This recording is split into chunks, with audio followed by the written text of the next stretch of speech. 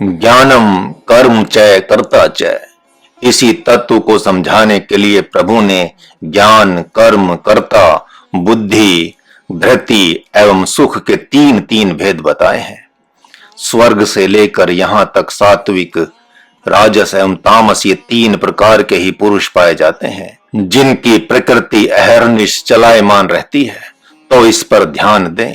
जब साधक एवं भक्त संपूर्ण प्राणी पदार्थों में एक ही आत्मा को रमन करता हुआ जानते हैं, तो उस ज्ञान को सात्विक ज्ञान कहा जाता है। और संपूर्ण प्राणियों में आत्मा पृथक पृथक है, यह ज्ञान राजस है तथा यह शरीर ही आत्मा है, यह तामस ज्ञान है। सर्वभूतेषु ये न कहम। जिस प्रकार एक ही आकाश संपूर्ण घड़ों में, मठों में, कुओं में होते हुए भी घटाकाश, मठाकाश, कूपाकाश नाम से विख्यात है, उसी प्रकार भक्त ऐसा अनुभव करते हैं कि निर्गुण निराकार ब्रह्म चींटी से लेकर हाथी तक, मनुष्य से लेकर देवता तक सब में एक समान विद्यमान है। भक्त प्रहलाद ने विष्णु भगवान से विनोद किया कि आप पहले नरसिंह रूप में क्यों आए थे, जबकि मैं तो ओम नमो भगवते वासुदेव का ही जाप करता था। अतः आपको इसी रूप में ही पहले आना चाहिए था। तो भगवान ने भी विनोद किया कि मैं सब में विद्यमान हूं न, इसलिए आते समय सोचा कि सिर बना लूं सींग का, आंख बना लूं हाथी का, कान बना लूं गधे का, मुख बना लूं घोड़े का, गर्दन बना लूं ऊंट का, हाथ बना लूं सर्प का, पेट बना लूं बैल का, पांव बना लूं मनुष्य का। लेकिन ऐसा करने पर तुम्हारा पाप रूप हिरण्यकश्यपु तो देखते ही भाग खड़ा होता। वास्तव में तो उसने वरदान मांगा था कि मैं देवता, मनुष्य, पशु पक्षी किसी से न मरूं। सर्वप्रथम महात्मा प्रहलाद ने संपूर्ण भूत प्राणियों में भगवान विष्णु ही विद्यमान है ऐसी कल्पना करके ध्यान किया है। उसी कारण से निर्गुण निराकार ब्रह्म दूसरी बार विष्णु रूप में प्रकट हुआ। जब भगवान ने उनसे वरदान मांगने को कहा, तब उन्होंने आत्मज्ञान मांगा था। संपूर्ण भूत प्राणियों में आत्मा अलग अलग है, ऐसा मानना राजस ज्ञान कहलाता है। आप सभी जानते हैं कि कोई शिव के रूप में, कोई विष्णु के रूप में, कोई सदगुरु के रूप में, कोई देवी के रूप में, कोई देवता के रूप में भगवान को मानता है। यद्यपि पृथक पृथक पुरुषों में पृथक पृथक भावना के द्वारा अनेक देवी देवताओं की कल्पना हो गई है, तो भी कोई हानि नहीं है, क्योंकि आपके हृदय में कम से कम कोई तुच्छ प्राणी तो वास नहीं कर रहा है, तथा आप दूसरे के भगवान का विरोध भी नहीं कर रहे हैं। अतः कालांतर में आपका भगवान भी तो व्यापक होगा ही होगा। तत्पश्चात वह यही बतलाएगा कि सभी भगवानों के रूप में मैं ही हूं। इतना ही नहीं, सब में वह एक ही रूप वाला होकर सात्विक ज्ञान बन जाएगा। मैं शरीर हूं, मैं ही खाता पीता सोता जागता हूं आदि, यह तामस ज्ञान है। उनका शरीर तामस, मन तामस, बुद्धि तामस होने के कारण से अज्ञान ही ज्ञान जैसा लगने लगता है। तामसी पुरुष कहता है कि मैं शरीर रूप से आत्मा हूं एवं इस मूर्ति में मेरा भगवान है, तो भी उसके इस ज्ञान को अस्वीकार नहीं किया गया, इसलिए कि कम से कम मूर्ति में तो भगवान को मानता है, या मूर्ति को तो भगवान मानता है। किसी बच्चे से पूछेंगे कि भगवान कहाँ रहता है, तो कहेगा कि मंदिर में भगवान है। उससे आगे बढ़ने पर वह कहेगा कि मन में भगवान रहता है। इसी प्रकार वह सात्विक ज्ञान फिर परम ज्ञान तक पहुंच जाता है। प्रभु को तामस ज्ञान अच्छा नहीं लगा, इसलिए उन्होंने कटु आलोचना कर दी कि वह कैसा मूर्ख है जो तत्व है उसे अतत्व कह रहा है, एवं जो अतत्व है उसे तत्व कह रहा है। वह शरीर है ही नहीं और कह रहा है कि मैं शरीर हूं, और मुझ शुद्ध साक्षी चेतन तत्व को मूर्ति बना दिया। शरीर रूप से अपने को आत्मा समझ लिया और पत्थर की मूर्ति को परमात्मा समझ लिया। उसने सत्य सनातन धर्म के विरोधियों के मत को स्वीकार कर लिया।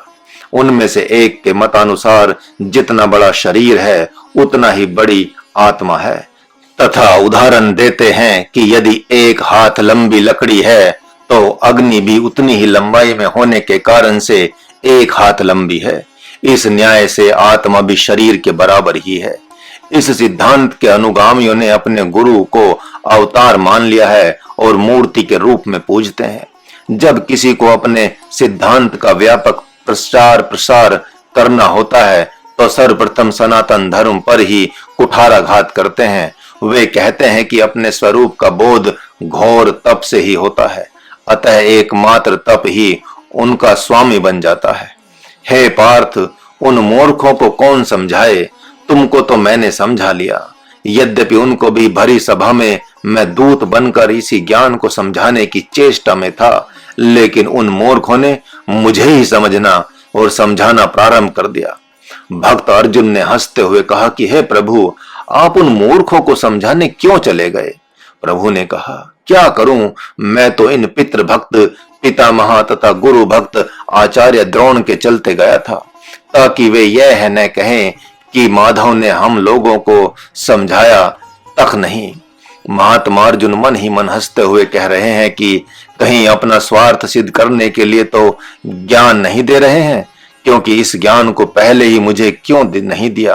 प्रभु ने मन की बात जान ली, अतः कहा कि यदि ऐसी बात होती तो मैं अन्यथा ज्ञान भी तो दे सकता था। रही बात पूर्व में बताने की, तो यह ज्ञान बताने से नहीं मिलता, सदगुरु की आज्ञा पालन से मिलता है। ज्ञान सदगुरु की आज्ञा में बसता है। वह जब आवश्यकता समझता है तब कृपा कर देता है। जैसे किसान तैयार किए हुए खेत में बीज बोता है, उसी प्रकार जब साधक का तन मन वचन पवित्र हो जाता है तो उसमें आध्यात्मिक श्रद्धा जग जाती है। वह समझ लेता है कि अब साधक को मैं जो कुछ भी कहूंगा उसे अविश्वास नहीं होगा, तब उसे आध्यात्मिक ज्ञान देने लगता है।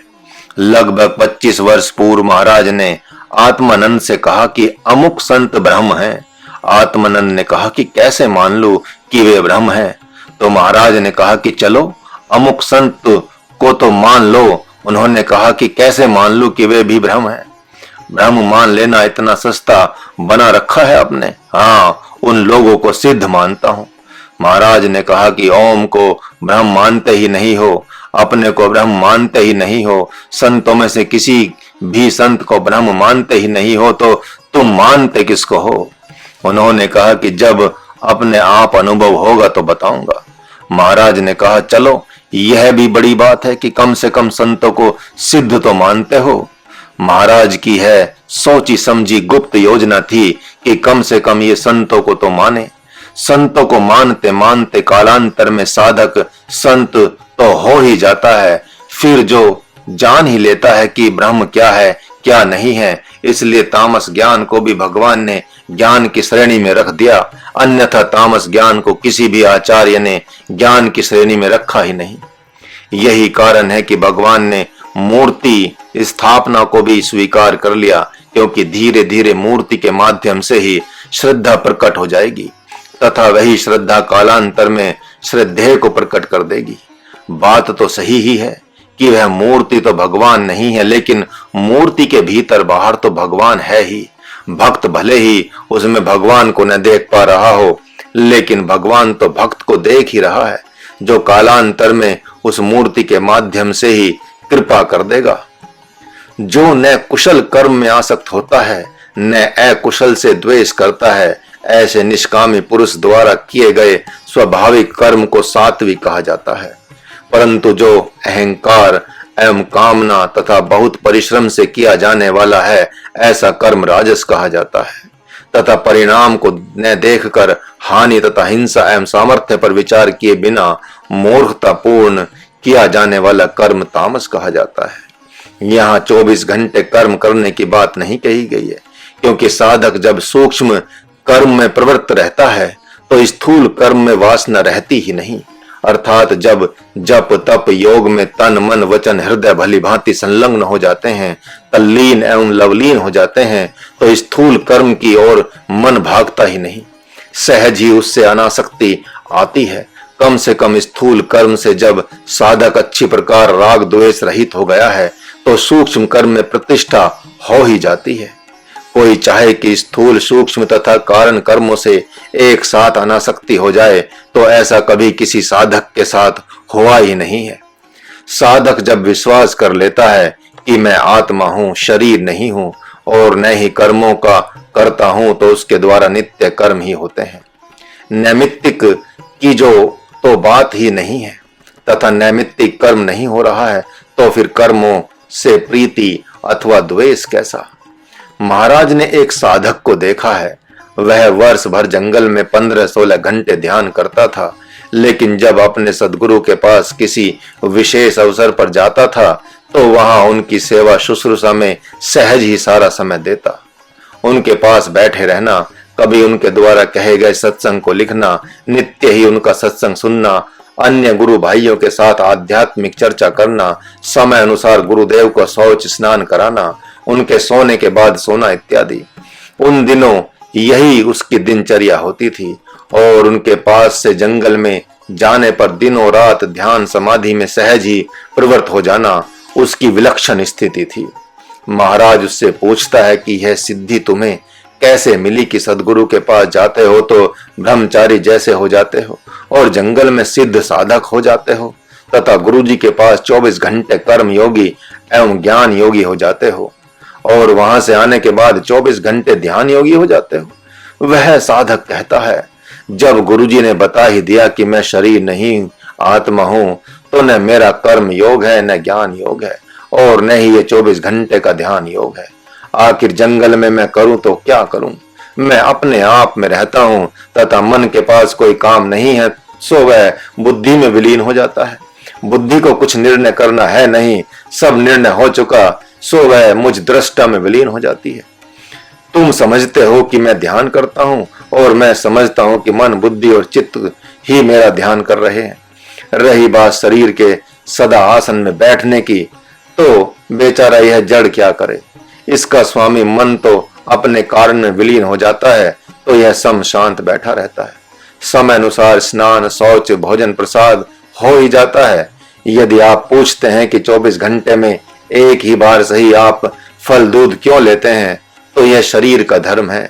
खाने वाले एवं खिलाने वाले से पूछो। खिलाने पिलाने वाले समय पर आकर खिला पिला देते हैं, भूखा रहने का तो कुछ प्रयोजन रह नहीं जाता। इसलिए बेचारा यह शरीर नामक पुरुष खा पी लेता है। जब ऐसी बात है तो 2-3 बार यह क्यों नहीं खाता। अरे यह हल चलाएगा तब तो इतना खाएगा, या जप या स्वाध्याय करे तब तो विशेष खा पाएगा। पुष्करानंद ने प्रश्न किया था कि गुरुजी, सदगुरु के पास कर्म योगी और ध्यान योगी 2 प्रकार के साधक हैं।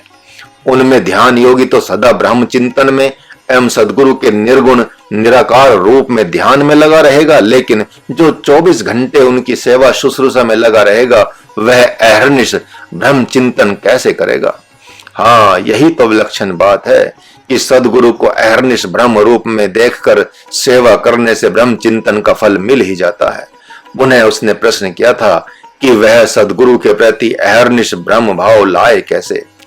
तो यह उच्च कोटि की श्रद्धा की सिद्धि है, जिससे उसे सदगुरु ब्रह्म रूप में दिखाई ही पड़ता है। जैसे जिस दिन किसी बच्चे का किसी बच्ची से पानी ग्रहण होता है, तो उन दोनों को परस्पर में अहर्निश पति पत्नी का भाव लाने के लिए कोई प्रयत्न नहीं करना पड़ता, वह तो उसी दिन सिद्ध हो जाता है। लेकिन जिस साधक को सदगुरु के प्रति ब्रह्म भाव नहीं हो रहा है, तो उसी साधक के विषय में कहा गया है, संशयात्मा विनश्यति। संशय युक्त पुरुष नष्ट भ्रष्ट हो जाता है। यत्तु कामेप सुना कर्म, जो राजस करता है उसके भीतर में कोई न कोई कामना अवश्य रहती है। उसे सदगुरु की बात पर पूरा विश्वास नहीं होता।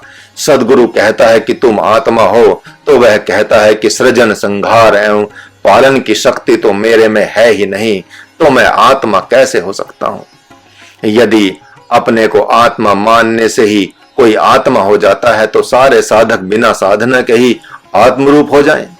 अतः सदगुरु से वह जप तप योग आदि की सिद्धि की पहले मांग करता है और सदगुरु के द्वारा दिए हुए साधन को तन मन वचन हृदय से बड़ी लगन के साथ करता है।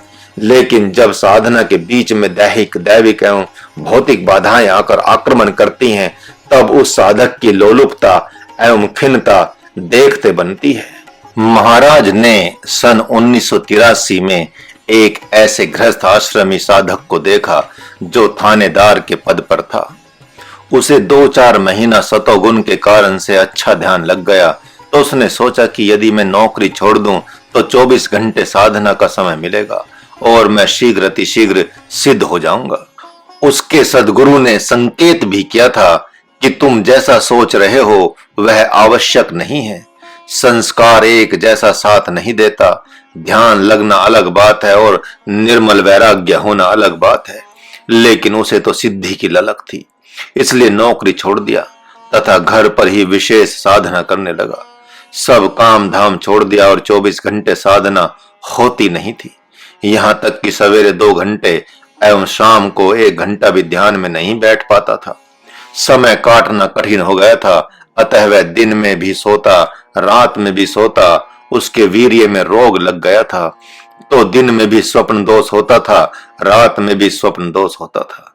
इस प्रकार शरीर सूख कर हड्डी हो गया और बहुत परिश्रम के उपरांत भी उसका ध्यान में मन नहीं लगता था। अंततोगत्वा वह एक सामान्य पुरुष जैसा जीवन जीने लगा। सकाम जप तप योग को भगवान ने राजस कर्म में इसलिए रखा कि एक तो उस साधना में बड़ा बल लगाना पड़ता है, कठोर नियमों का पालन करना पड़ता है एवं शीघ्र सिद्धि न मिलने पर उच्चाटन की संभावना भी बनी रहती है और कदाचित वह साधना सिद्ध भी हो गई तो परिणाम में वह दुख देने वाली ही होती है। सकाम कर्मी साधकों के वृत्तांत से तो पूरा इतिहास भरा पड़ा है। वैसे साधकों को शीघ्र सिद्धि लाभ न होने पर सद्गुरु से भी द्वेष होने की संभावना बनी रहती है। महाराज ने सन 1984 में एक ऐसे साधक को देखा जो लोगों से अपने सद्गुरु के विषय में भला बुरा कहता रहता था। महाराज ने उससे पूछा कि तुम ऐसा क्यों करते हो, तो उसने कहा कि मेरे प्रति कृपा कर ही नहीं रहे हैं। अमुक अमुक साधकों को सिद्धि दे दी है इन्होंने, लेकिन मुझे तो साधना की भी नहीं दी। सिद्धि देना तो दूर ही है। महाराज ने उसकी बात उसके सद्गुरु तक पहुंचाई तो ऐसा सुन उन्होंने कहा कि मैंने तो उससे कई बार कहा कि सुबह से शाम तक खड़े खड़े जप करो, बहुत जल्दी सिद्धि मिल जाएगी, लेकिन वह सुनता ही नहीं है, तो मैं क्या करूं। साधकों को ऐसी स्थिति से बचाने के लिए ही वेद में यह प्रार्थना दी गई है। ओम सहनावतु सहनो भुनक्तु सह वीर्यम करवावहै तेजस्विनामधीतमस्तु मां विद्विषावहै। ओम शांति शांति शांति। साधक हर रोज अपने भगवान से प्रार्थना करता है कि हे प्रभु, हम और हमारे गुरुदेव सदा सर्वदा साथ साथ रहें, एक साथ सिद्धि रूप ऐश्वर्यों को भोगें, एक साथ ध्यान ज्ञान विज्ञान रूप ऐश्वर्यों को भोगें, एक साथ तेजस्वी एवं ओजस्वी बने। यहाँ पर यह अर्थ लेना चाहिए कि गुरुदेव अपनी साधना करें एवं उनकी आज्ञा में मैं उनके द्वारा बताई गई साधना करूं। हम एक साथ रहें, इसका अर्थ यह लेना चाहिए कि गुरुदेव मुझे स्वीकार कर अपने साथ रखें। सहनो भुनक्तु अर्थात एक साथ ऐश्वर्य को भोगें। और वह कौन सा ऐश्वर्य है? दिव्य रस, दिव्य स्पर्श, दिव्य गंध, दिव्य श्रवण, दिव्य तेज इत्यादि ही ब्रह्म के दिव्य ऐश्वर्य हैं। ब्रह्म का तेज ही यहाँ पर दिव्य तेज है, उसका निर्गुण निराकार रूप ही यहाँ पर दिव्य रूप है। ब्रह्म स्पर्श आनंदमय कोश का खुलना ही यहाँ पर दिव्य स्पर्श है। साधना के समय भीतर में प्रकट होने वाली ब्रह्म सुगंधि ही दिव्य गंध है तथा ज्ञान समाधि ही दिव्य रस है इत्यादि। शिष्य ने मानो हंसी की है कि कहीं ऐसा तो नहीं है कि गुरुदेव अपने तो दिव्य रस, दिव्य तेज, दिव्य रूप, दिव्य गंध इत्यादि की अनुभूति कर रहे हैं और मुझे तो इनकी अनुभूति करा ही नहीं रहे हैं। ऐसा भी तो नहीं होना चाहिए। अतः हे प्रभु, आप उन्हें प्रेरणा दें कि वे मुझे भी इन सब की अनुभूति कराएं। सह वीर्यम करवावहै। हे, वे तो अनंत सामर्थ्यवान हैं, वे सदा अपने स्वरूप में ही स्थित रहते हैं और मैं बहिर्मुख रहता हूं। वे ऐसा न करे, मुझे भी सदा सर्वदा के लिए अंतर्मुखी बनाए। वह साधक जिस बल एवं सामर्थ्य से अपनी साधना संपन्न कर सकता है, उसी सामर्थ्य की मांग भी कर रहा है। तेजस्वी नाम धीत मस्तु।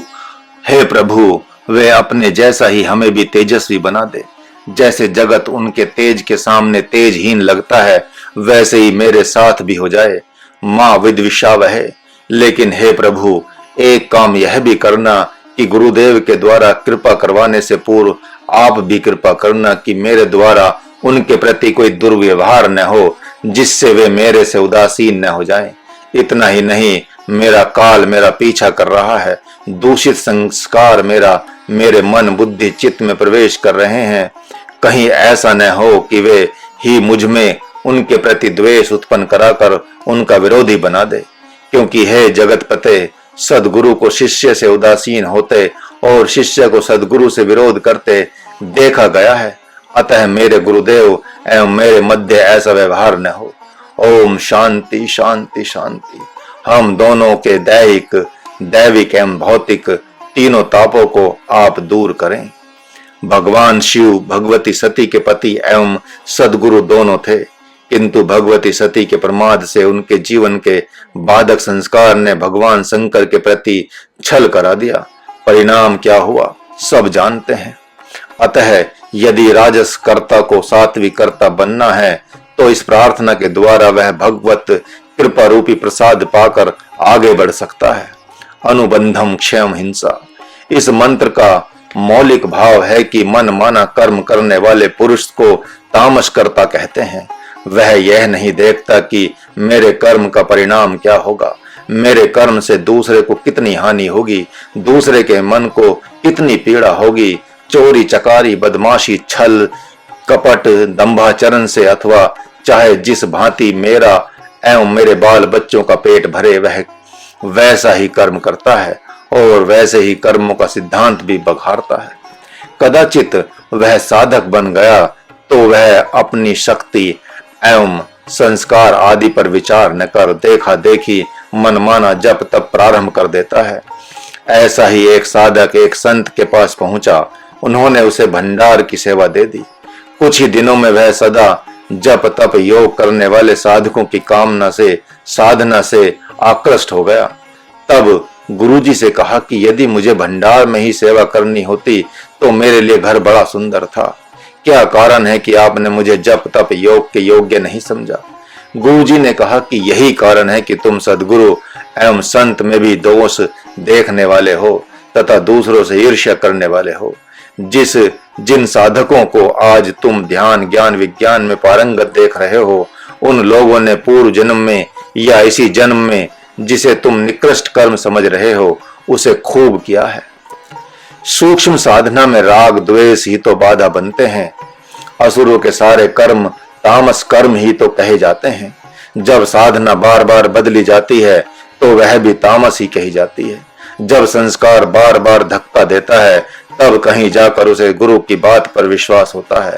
तामसी साधक भगवान को भी समय में बांधना चाहते हैं, जबकि जो कालातीत है वह कला की अपेक्षा नहीं रखता। वह आपके काल में क्यों बांधेगा, समय सीमा में क्यों बंधेगा? समय सीमा में आबद्ध होकर किया जाने वाला कर्म तामस कर्म कहा जाता है। मानो भगवान अर्जुन से कह रहे हैं कि ये विपक्ष में जितने भी योद्धा खड़े हैं ये तामसी योद्धा हैं। महात्मा अर्जुन ने पूछा कि हे प्रभु, यदि परिणाम को न जानने से हानि लाभ को न जानने से ही ये तामसी योद्धा हैं, तो फिर मेरी भी गिनती आप उन्हीं में क्यों नहीं करते? इसके उत्तर में भगवान कहते हैं, यदि तुमने परिणाम पर विचार न किया होता तो नारायणी सेना के बदले मुझे क्यों मांगा होता? यदि तुम लोगों को अपने पर विश्वास होता तो मेरे शरणागत क्यों होते? इन लोगों को तो न अपने पर विश्वास है न अपने गुरुजनों पर, तभी तो इन सब का मन शोक संताप एवं विषाद से भरा हुआ है। इसलिए तुम्हारा कर्म देखने में तामस होकर भी तामस नहीं कहा जाएगा। जितना तुमने युद्ध से होने वाली क्षति पर विचार किया है उतना किसी अन्य ने नहीं किया। मास परायण 28वां विश्राम, अर्ध मास परायण 14वां विश्राम। आप सात्विक राजस या तामस करता हैं, इसका निर्णय निम्न मंत्रों से देखें। जो साधक कर्मों से मुक्त है फिर भी अपने कर्तव्य कर्मों को अति उत्साहित होकर उस कर्म की सिद्धि असिद्धि को न चाहता हुआ अहंकार रहित होकर कर रहा है, तो तो वह निर्विकार साधक सात्विक कर्ता कहा जाता है, तथा जो कर्म फल में आसक्त, लोभी, हिंसक, अशिष्ट तथा हर्ष शोक से युक्त है वह राजस कर्ता कहा जाता है। एवं जो पुरुष विषयी, मूर्ख, घमंडी, धूर्त, दूसरे की जीविका पर लात मारने वाला तथा आलसी और दीर्घ सूत्री है वह तामस कर्ता कहा जाता है। क्या प्रमाण है कि कोई साधक कर्म से मुक्त है? हाँ, जैसे वह अपने प्रिय कर्म स्वाध्याय में तल्लीन एवं लवलीन है। अभी 2-4 पंक्ति पढ़ने को शेष ही है, तभी गुरुजी ने आवाज लगाई तो साधक जी आया कहता हुआ दौड़ते हुए सामने उपस्थित हो जाता है। तो वह निश्चित रूप से कर्म से अनासक्त है। ठीक इसके विपरीत जो यह कहकर जी आया और जल्दी जल्दी 2 पंक्ति पढ़ जाता है तो वह कर्म में आसक्त है। प्रथम साधक सदगुरु में आसक्त होकर कर्म से मुक्त हो गया है और दूसरा साधक कर्म में आसक्त होने से सदगुरु से दूर है। तथा ठीक इसके विपरीत तीसरा साधक कहता है कि यहाँ तो पढ़ना भी दूभर हो गया है और आराम से पढ़कर गुरुजी के पास जाता है। गुरुजी हंसते हुए पूछते हैं कि देर क्यों हो गई? तो वह भी हंसते हुए कहता है कि गुरुदेव 2-4 पंक्ति रह गई थी तो सोचा कि पढ़कर चलूं।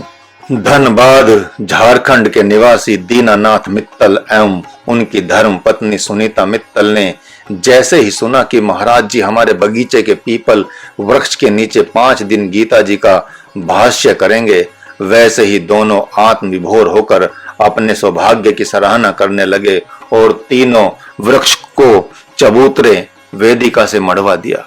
उन्होंने वहां ऐसी व्यवस्था की कि मानो उनकी बेटी का विवाह होने वाला हो। चबूतरों का रंग रोगन देखते ही बनता था।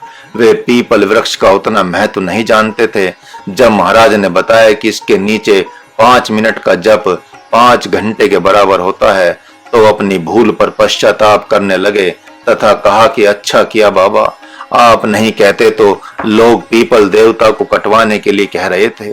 सुनीता ने कहा कि देवता मानते ही कहां थे, पेड़ मानते थे, तभी तो कटवाने की बात हुई।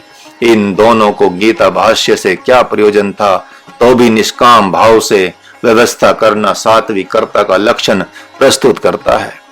प्रश्न है कि मैं योग जप तप कर रहा हूं, ऐसा अहंकार तो सात्विक कर्ता को भी होगा। क्यों नहीं, अवश्य होगा। आसक्ति रहित होने के कारण से इस अहंकार को सात्विक अहंकार की संज्ञा तो दी गई है, लेकिन उसे अहंकार की कोटि में नहीं लिया जाता। जप तप में जीवन तो हनुमान जी का भी है। वे भी कहते हैं कि मैं प्रभु का नाम लेता हूँ, प्रभु के लिए जीता हूँ, प्रभु का दास हूँ। ऐसा कहने मात्र से उन्हें अहंकारी नहीं कहा जा सकता। रक्षणार्थम च देहस्य प्रति युद्धा मया रणे अस्त्र पाशरण साक्यहम बद्धुम देवासुररपि पिता महादेश वरो ममापि ही समागतः। देवता तथा असुर भी मुझे अस्त्र अथवा पाश से बांध नहीं सकते। इसके लिए मुझे भी ब्रह्मा जी से वरदान मिल चुका है। राक्षस राज को देखने की इच्छा से ही मैंने अस्त्र से बंधना स्वीकार किया है। यद्यपि इस समय मैं अस्त्र से मुक्त हूँ, तथापि इन राक्षसों ने मुझे बंधा समझकर ही यहाँ लाकर तुम्हें सौंपा है। केनचिद राम कार्येन आगतोस्मि तवान्तिकम। भगवान श्री रामचंद्र जी का कुछ कार्य है जिसके लिए मैं तुम्हारे पास आया हूं। इन मंत्रों के द्वारा सात्विक कर्ता का लक्षण स्पष्ट दृष्टिगोचर हो रहा है। सात्विक साधक जब भगवान के लिए जीने लगता है या निकल पड़ता है तो भगवान भी उसके लिए अपने धाम से चल पड़ता है। यदि किसी भक्त का भगवान क्षीर सागर में रहता है तो वह भी साधक के लिए चल पड़ता है। यदि किसी का भगवान कैलाश पर्वत पर रहता है तो वह वहीं से चल पड़ता है, और किसी का भगवान भीतर भार व्याप्त है तो वह उस साधक के लिए किसी न किसी रूप में प्रकट होने की सोचने लगता है। यही बात समाधि की है। वह तो अपने पास ही है, लेकिन जिस दिन साधक ध्यान के लिए गमन करता है, प्रवृत्त होता है, उसी दिन वह समाधि भी उसके लिए चल पड़ती है। आप नहीं देखते कि जब आप गंतव्य की ओर गमन करते हैं तो वह भी आपकी ओर चल देता है। कर्म की सिद्धि असिद्धि में सम रहने वाले निर्विकार साधक के पास सम एवं निर्विकार ब्रह्म ही तो आएगा। जो साधक मैं आत्मा हूं ऐसा विश्वास कर कहता है कि मैं मुक्त हो गया हूं और सचमुच में उसे विश्वास हो गया कि अब मैं मरूंगा जीऊंगा नहीं, तो उसे कर्मों में अनासक्ति रूप सिद्धि प्राप्त हो ही जाएगी।